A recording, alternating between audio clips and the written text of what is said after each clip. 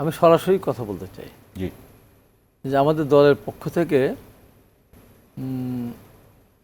সম্মুখে এসে প্রথমে এই আন্দোলনে অংশগ্রহণ করার ক্ষেত্রে আমাদের নিজের একটা কৌশল ছিল। যখনই বিএনপি সামনে চলে আসতো, ছাত্র সামনে চলে আসতো, তখন এটা একটা তকমা লাগাই দিত। এই যে যে একটা স্বাভাবিক বা সাধারণ একটা আন্দোলন, এই আন্দোলন গতি স্বতঃস্ফূর্ত আন্দোলন হয়তো হতো না। শেখ হাসিনা তো বারবার এটাকে ব্লেমই করেছে। এই চেষ্টাটা করেছে শেখ হাসিনা সবসময় তারপরে দেওয়ার চেষ্টা করেছে, এই জন্য আমরা পিছন থেকে এগুলি করেছি। আমি কিন্তু এই ছাত্র আন্দোলন শুরু করলো, আমি আমার ব্যক্তিগত পক্ষ থেকে আমি একটা লাইভ প্রোগ্রামে গেছিলাম। লাইভ প্রোগ্রামে গিয়ে বললাম যে আমার ব্যক্তিগত অভিমত, যেহেতু 90-এর আন্দোলনের আমি স্রষ্টা, যেহেতু লাশ নিয়ে যাবে না আসতাম ঢাকা বিশ্ববিদ্যালয় ক্যাম্পাসে, তাহলে আন্দোলন তো হতো না শুরু।